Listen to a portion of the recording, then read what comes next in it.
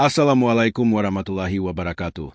Teman-teman yang setia mengikuti cerita ini, selamat datang di kisah yang penuh dengan kejutan dan pelajaran berharga.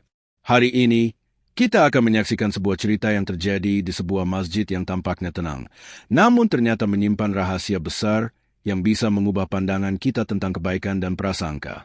Siapa yang menyangka, di balik sebuah kejadian yang menegangkan, ada kebenaran yang belum terungkap, yang akhirnya membuat semua orang merasa menyesal. Sebuah kisah tentang seorang kakek tua yang teraniaya, dan takmir masjid yang terlibat dalam sebuah kejadian yang tak terduga. Teman-teman, cerita ini bukan hanya sekedar hiburan, tetapi juga penuh dengan hikmah yang bisa kita ambil untuk kehidupan kita sehari-hari. Jadi, ikuti terus kisah ini sampai akhir, karena setiap babnya penuh dengan kejutan. Jika kamu merasa terinspirasi atau terkesan, jangan lupa untuk komentar, like, dan subscribe ya. Kami sangat menghargai dukunganmu untuk terus membuat cerita-cerita yang bermanfaat. Selamat menyaksikan. Langit pagi masih kelabu ketika suara adzan subuh menggema dari pengeras suara Masjid Al-Makmur. Di teras masjid yang dingin dan berkeramik putih, tubuh seorang kakek terbaring lemah berselimut kain lusuh. Wajahnya keriput, janggutnya putih panjang, dan napasnya terengah seperti baru saja melewati malam yang berat. Beberapa jamaah yang baru datang hanya melirik sekilas. Tak ada yang benar-benar peduli siapa kakek itu, dari mana asalnya, atau mengapa ia tidur di sana. Beberapa bahkan mengerutkan dahi, merasa risih. Salah satunya adalah Pak Darman, takmir masjid yang terkenal disiplin, galak, dan nyaris tak pernah tersenyum kecuali saat khutbah Jumat. Dengan sorban putih di leher dan tongkat kayu di tangan, Pak Darman mendekat. Tatapannya tajam, penuh curiga. Ia menunduk melihat si kakek yang masih menggigil, lalu dengan suara keras menghardik. "Wei, ini masjid, bukan tempat tidur pemulung." Kakek itu terbangun kaget. Ia tak menjawab, hanya memandang dengan mata sembab. Sejurus kemudian, tubuh renta itu mencoba duduk, namun gemetar, lemas, nyaris tak mampu berdiri. Pak Darman mencibir. "Pura-pura lemah, ya? Biar dikasihani." Tanpa ragu, ia mengambil gayung dari tempat wudhu dan menyiram tubuh sang kakek dengan air dingin. Jamaah lain yang melihat hanya terdiam. Ada yang mau melerai, tapi takut. Ada juga yang memalingkan wajah, pura-pura tidak melihat. Kakek itu hanya duduk membisu, bajunya basah kuyup, giginya gemetar menahan dingin. Ia tetap tidak bicara, tidak melawan, tidak memohon, hanya memandang lantai masjid yang mengilap, seolah sedang mencari sesuatu. Dari kejauhan, seorang pemuda bernama Aru yang biasa membersihkan masjid memperhatikan kejadian itu sambil mengerutkan kening. Bukan karena marah pada Pak Darman, tapi karena ia merasa pernah melihat kakek itu malam sebelumnya. Namun entah di mana, kejadian pagi itu menyisakan aroma tidak enak. Masjid yang biasanya tenang terasa ganjil. Bahkan suara imam saat memimpin salat terasa hambar. Sementara itu, si kakek perlahan bangkit dan berjalan menjauh dengan langkah limbung, meninggalkan lantai teras yang basah dan tatapan kosong dari mereka yang telah mengusirnya. Namun tak ada yang tahu bahwa malam sebelum kejadian itu, CCTV masjid merekam sesuatu yang tak satu pun dari mereka sangka. Pagi itu berlalu seperti biasa. Namun bayang-bayang kejadian subuh masih membekas di benak Aru. Pemuda bertubuh kurus itu merasa gelisah. Ia memang hanya petugas kebersihan masjid, tapi hatinya tidak bisa diam melihat bagaimana Pak Darman memperlakukan sang kakek. Aru tahu ada sesuatu yang tak biasa dari lelaki tua itu. Ia tak membawa tas, tak punya sandal, dan tak berbicara sepatah kata pun. Seolah sengaja datang ke masjid bukan sekadar untuk berteduh, melainkan menunggu sesuatu. Sore harinya, setelah membersihkan halaman masjid, Aru masuk ke ruang kecil tempat CCTV dipantau. Monitor-monitor tua berjejer, merekam setiap sudut masjid, dari pintu gerbang hingga tempat wudhu. Biasanya, CCTV hanya dibuka bila ada sandal hilang atau motor jamaah raib. Tapi kali ini, Aru nekat. Ia ingin tahu apa yang sebenarnya terjadi malam tadi. Jari-jarinya menggulir rekaman mundur lagi, sampai akhirnya berhenti pada pukul 2 dini hari. Layar memperlihatkan gambar yang agak buram. Hujan rintik membasahi halaman. Di sudut layar, sosok sang kakek perlahan masuk ke teras masjid dengan langkah pelan. Aru mengernyit, bukan karena kehadiran si kakek, Tapi karena apa yang dilakukan sesudahnya, sang kakek tak langsung tidur. Ia berdiri menghadap kiblat, mengangkat tangan, lalu bersujud lama sekali, hingga tubuhnya nyaris tak bergerak. Beberapa menit kemudian, rekaman menunjukkan hal yang lebih ganjil. Seekor anjing liar masuk ke pekarangan masjid.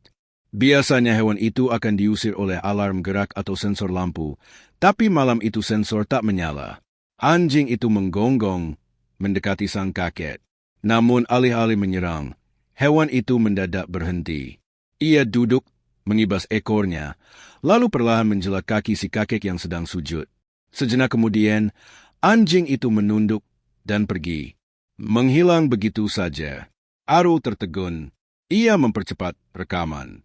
Sekitar pukul 3 pagi, sesosok lelaki tak dikenal masuk ke halaman masjid. Gerak-geriknya mencurigakan. Ia memegang tas selempang dan sempat mengintip ke tempat kotak infak berada. Tapi sebelum sempat bertindak, lelaki itu tiba-tiba membeku. Matanya terpaku pada si kakek yang masih bersujud. Tak lama, lelaki itu kabur terbirit-birit, bahkan sandalnya tertinggal. Arul menahan napas. Ia mundur dari layar, tak percaya dengan apa yang dilihatnya. Rekaman itu tak sekadar menunjukkan kejadian aneh, tapi membuktikan sesuatu yang tak bisa dijelaskan dengan logika. Kakek itu bukan orang biasa.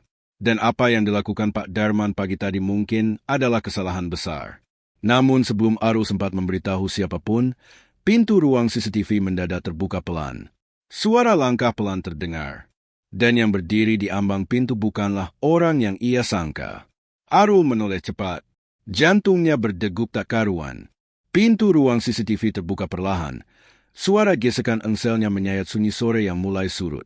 Dari balik cahaya jingga yang masuk melalui jendela, tampak bayangan seseorang berdiri di ambang pintu. Ternyata bukan Pak Darman, bukan pula remaja masjid atau jamaah biasa. Yang berdiri di sana adalah kakek tua itu. Bajunya masih kumal, wajahnya masih keriput dan penuh debu. Tapi matanya tajam, menatap Arul lurus-lurus, seperti tahu apa yang baru saja disaksikannya di layar monitor. Arul langsung bangkit dari kursi. Tubuhnya refleks menunduk, campuran rasa bersalah dan takut menyatu dalam dada. Namun kakek itu tak berkata apapun. Ia hanya mengangkat satu tangan pelan, lalu menunjuk ke arah langit-langit. Gerakannya lambat, tapi penuh makna. Arul mendongak, dan di sana, tepat di sudut plafon ruang CCTV, seekor kelelawar menggantung terbalik. Matanya merah, menatap lurus ke arah mereka berdua. Kakek itu berbalik, melangkah keluar ruangan. Arul sempat terpaku sejenak, lalu menyusul. Tapi begitu sampai keluar, tak ada siapa-siapa. Halaman masjid kosong. Suara adzan maghrib belum berkumandang, dan angin meniup dedaunan dengan pelan. Arul memandangi sekeliling. Tak ada jejak kaki basah, tak ada sandal yang tertinggal. Kakek itu lenyap begitu saja, seolah datang dan pergi dalam diam. Sementara itu, di tempat lain, Pak Darman tengah bersandar di rumahnya. Pikirannya masih terbayang pada kejadian pagi tadi. Ia mengusap kening, merasa sedikit bersalah, tapi gengsi untuk meminta maaf. Tiba-tiba, istrinya berlari dari dapur sambil membawa sebuah kertas usang yang ia temukan di antara beras zakat yang baru datang dari masjid. "Pak, ini kertas apa?" Ada tulisan tangan, kayaknya Arab. Pak Darman mengambil kertas itu. Tulisan itu memang dalam huruf Arab, namun yang membuatnya tersentak bukan bentuk tulisan, melainkan isi kalimatnya setelah ia baca. Barang siapa mengusir hamba Allah dari rumahnya, maka ia akan terusir dari kedamaian hidupnya sendiri. Tangan Pak Darman bergetar, ia menatap istrinya. Tak tahu harus berkata apa. Di luar, langit mulai menghitam. Angin malam menyusup dari sela jendela, membawa bau tanah basah dan suara azan yang mulai menggema dari kejauhan. Namun rumah Pak Darman terasa lebih dingin dari biasanya. Malam itu masjid kembali sepi. Hanya sisa-sisa langkah kaki jamaah yang baru saja pulang dari sholat Isya. Arul masih duduk di sudut ruang CCTV, meski seluruh tubuhnya lelah dan pikirannya kacau. Pikirannya terus memutar adegan yang ia lihat di layar, juga sosok kakek tua yang muncul lalu hilang tanpa jejak. Tiba-tiba, terdengar suara seseorang masuk dari pintu samping. Arul menengok, dan untuk pertama kalinya dalam seminggu terakhir, Pak Darman kembali datang ke masjid malam hari. Ia tak seperti biasanya, Tak membawa papan catatan atau sikap mengontrol seperti ketua takmir yang selama ini dikenal tegas. Kali ini, ia datang sendirian, mengenakan sarung dan baju koko lusuh tanpa peji kebesarannya. Langkahnya berat, dan saat ia melintasi saf-saf kosong menuju mihrab, Aru diam-diam mengikuti dari belakang. Pak Darman berdiri diam di depan mihrab, lalu sujud dalam-dalam. Tapi sujudnya kali ini bukan sujud biasa. Tubuhnya gemetar. Dari balik sujud itulah, Aru mendengar isak pelan yang menyayat hati. Tangisan lelaki tua yang selama ini tampak keras dan tak tergoyahkan. Ampuni aku, ya Allah, gumamnya lirih. Aku usir dia karena prasangka. Aku hina dia karena rasa paling benar.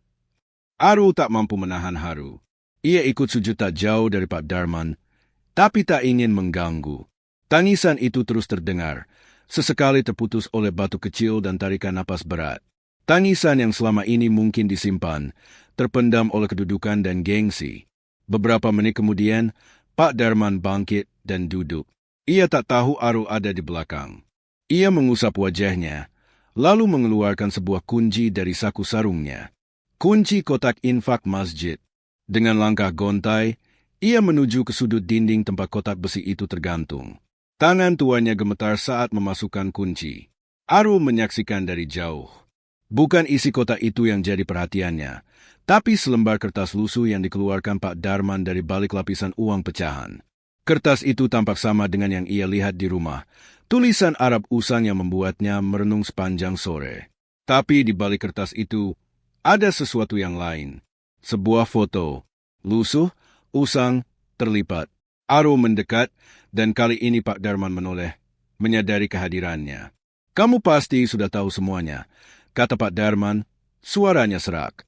Tapi kamu belum tahu siapa dia sebenarnya. Aru menatap Pak Darman penuh tanya. Dia bukan pengemis. Bukan juga orang gila seperti yang dikira. Dia orang yang dulu membangun masjid ini, dengan hartanya sendiri. Tapi ia memilih tak dikenal. Tak mau dipuji. Ia hanya minta satu hal, boleh tetap tinggal dan bersih-bersih masjid di masa tuanya. Aru terpaku. Sementara itu, dari luar masjid, seseorang tampak berdiri diam menatap ke dalam. Sosok tua berjenggot putih dengan mata teduh, tersenyum tipis, sebelum kembali melangkah masuk ke gelapnya malam. Keesokan paginya, langit tampak lebih cerah dari biasanya. Namun, suasana hati para pengurus masjid justru berkabut. Berita tentang sosok kakek tua yang ternyata memiliki ikatan sejarah dengan masjid itu telah menyebar cepat di antara warga. Banyak yang mulai menyadari bahwa lelaki renta yang sering mereka abaikan, bahkan beberapa di antara mereka pernah maki, justru adalah pilar pertama berdirinya tempat ibadah itu. Aru dan Pak Darman duduk bersisian di serambi masjid. Tak banyak yang mereka ucapkan pagi itu. Sesekali hanya terdengar suara sapu lidi dari seorang pemuda yang membersihkan halaman depan. Masjid kini terasa jauh lebih hening, seolah menahan napas menunggu sesuatu. Pak Darman menatap lurus ke arah taman kecil di samping masjid. Dulu, beliau datang ke kampung ini dengan pakaian compang-camping, katanya pelan. Tapi dia bawa uang dan niat yang besar. Dia bilang, selama masih kuat, dia ingin masjid ini hidup. Bukan hanya untuk sholat, tapi untuk orang-orang mencari ketenangan. Aru menunduk. Lalu kenapa dia sembunyi seperti itu? Karena dia takut namanya jadi alasan orang beribadah. Dia bilang, kalau orang tahu dia pendiri masjid, mereka akan sibuk menyebut-nyebut jasanya. Bukan menyebut nama Allah. Seketika hening. Hanya angin pagi yang membelai pucuk daun. Aru mengingat kembali rekaman CCTV yang sempat disimpannya. Ia membuka laptopnya dan memutar ulang cuplikan malam itu. Tampak si kakek berjalan pelan, mengusap debu dari lantai, lalu tersenyum saat melihat arah mihrab. Tapi ada satu kejanggalan. Bayangannya tak muncul di lantai. Dan saat kamera berganti sudut, sosok itu hilang tanpa membuka pintu. Pak, gumam Aru, rekaman ini. Pak Darman memandang layar laptop. Ia hanya menutup matanya, seolah semua yang ia lihat bukan lagi kejutan. Aku juga kadang bertanya, apakah dia masih hidup? Aru diam. Hari itu, mereka mencari ke berbagai sudut desa, ke rumah-rumah kosong, ke musola kecil, bahkan ke kebun tua yang dulu pernah didiami seseorang. Tapi tak ada jejak. Sosok si kakek menghilang seolah ditelan bumi. Tak ada yang tahu siapa namanya, tak ada yang tahu kemana perginya. Namun setiap malam Jumat, aroma minyak wangi samar masih sering tercium di dalam masjid. Lantai selalu bersih saat pagi, bahkan ketika tak ada satupun takmir yang datang malam sebelumnya. Beberapa jamaah mengaku mendengar suara lantunan zikir di waktu malam, tapi saat mereka masuk, ruang mihrab kosong. Dan sejak malam pengakuan itu, Pak Derman tak lagi memegang jabatan takmir. Ia memilih menjadi marbot biasa, menyapu lantai, memungut sampah, dan tak pernah lagi mengenakan baju kebesarannya. Aku ingin menebus dengan cara yang lebih jujur, katanya. Sementara Aru masih menyimpan cuplikan rekaman terakhir. Video yang ia simpan bukan untuk dibagikan ke publik, tapi untuk mengingatkan dirinya bahwa tak semua yang terlihat hina di dunia ini benar-benar hina. Dan tak semua yang dihormati memang layak dihormati. Masjid itu kini lebih hidup, bukan karena pembangunan atau program baru, tapi karena para pengurusnya mulai memahami bahwa yang paling penting bukanlah suara adzan yang nyaring atau tembok yang megah, melainkan adab dan keikhlasan yang bersinar dari dalam hati. Dan sosok tua berjenggot putih itu, entah masih hidup, entah sudah wafat, tapi kisahnya tetap tinggal di dalam dinding masjid, di setiap sujud yang khusyuk, dan di hati orang-orang yang akhirnya sadar bahwa mereka pernah menghina wali yang mereka anggap hina. Dari kisah ini, kita bisa mengambil pelajaran tentang pentingnya tidak menilai seseorang hanya dari penampilan luarnya. Kebaikan dan keikhlasan seringkali tersembunyi di balik sosok yang sederhana. Jangan sampai kita menjadi orang yang tergesa-gesa dalam menghakimi, karena bisa jadi orang yang kita pandang rendah adalah kasih Allah yang derajatnya sangat tinggi di sisinya. Allah berfirman dalam Al-Quran, "Wahai orang-orang yang beriman, jauhilah banyak dari prasangka, sesungguhnya sebagian prasangka itu dosa. Dan janganlah kamu mencari-cari kesalahan orang lain." Quran Surat Al-Hujurat 12. Pernyataan. Cerita ini adalah fiktif yang disusun seolah nyata, dibuat untuk diambil hikmahnya, bukan untuk menggambarkan kejadian atau tokoh sebenarnya. Terima kasih sudah mendengarkan cerita ini hingga akhir. Kalau kamu suka ceritanya, jangan lupa untuk like, tinggalkan komentar, dan subscribe agar tidak ketinggalan kisah inspiratif lainnya. Sampai jumpa di cerita berikutnya.